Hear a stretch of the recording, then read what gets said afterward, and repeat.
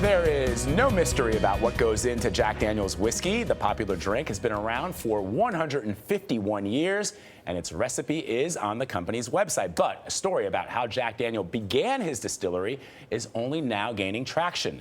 Michelle Miller traveled to Tennessee to learn how a man named Nearest Green helped make the brand a household name. Michelle, good morning. Good morning. You seem to know a lot about whiskey. I do know a little something about whiskey.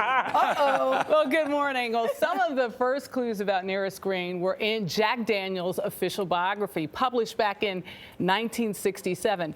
Green was mentioned in this book about 50 times. Then his name seemed to disappear until one woman helped discover the truth at the heart of how Jack Daniel came to make whiskey.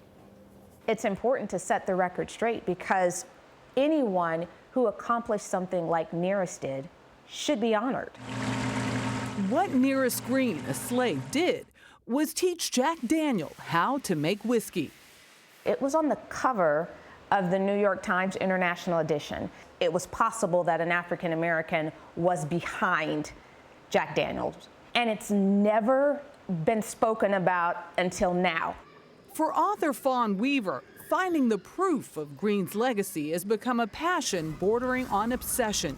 This is my research room. Over the past year, Weaver's collected a library of documents, letters, and pictures, hoping to parse the truth from folklore. Finally, one of the elders in the community, and she says, well, you know, his name wasn't really Nearest. Well, his name was Nathan, and he's from Maryland. The oldest letter here is from 1898. After digging for over 2,500 hours and speaking to more than 100 relatives, it started to come together. I got so excited.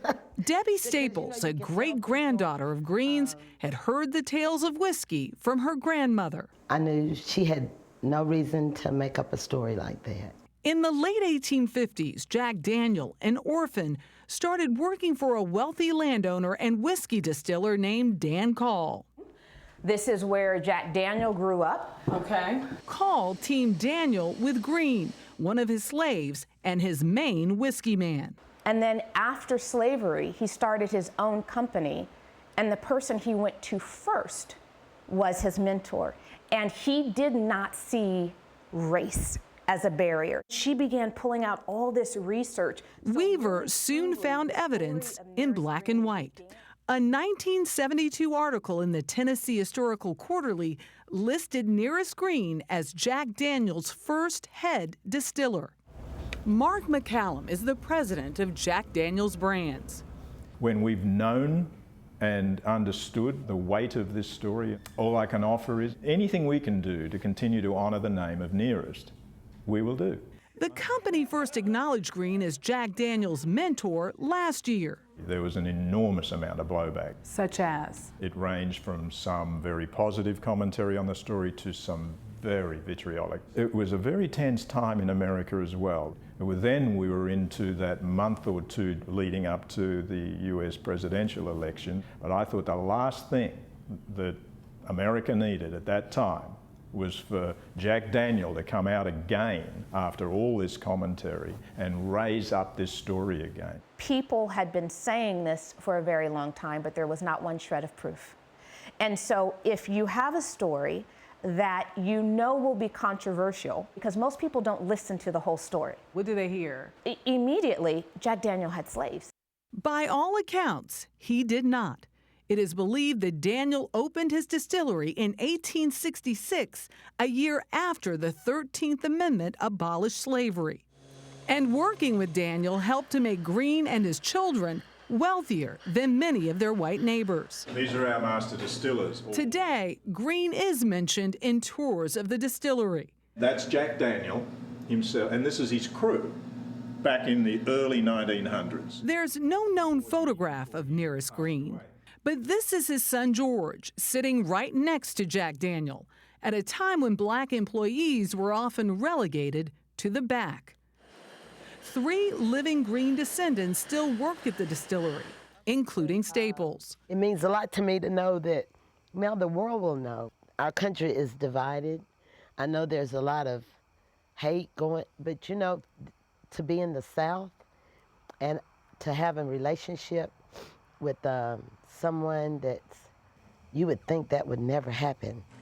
Despite the deep racial divides of the American South in the 19th century, an improbable friendship brewed, one at the heart of a quintessentially American brand. For me, this project ends when I can go anywhere around the world and say Nearest Green, and people know who he is. I have never lived in this type of climate of race.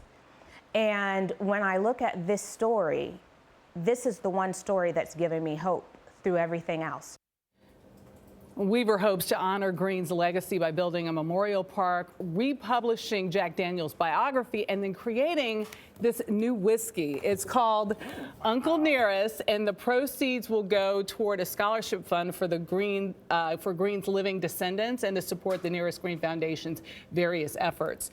There is so much about that relationship between these two men that just astounded me. And one of the things that came out of this story was how Jack Daniel treated his black and white workers. And he paid them essentially, according to Fawn Weaver and according to the distillery, he paid them the same wage for the same work. Wow. And back it was, then, yes, back then. That And it was based on tenure. Wow. How long you had been with the company. I so admire Fawn Weaver. I'm thinking, boy, if you needed an investigation, we need to call her with the pretty eyes. I know. Well, all the work that she's done, that's an amazing story. She's a passionate young woman. Yeah, I no see wonder that. her dad was the author of Love Child from Motown.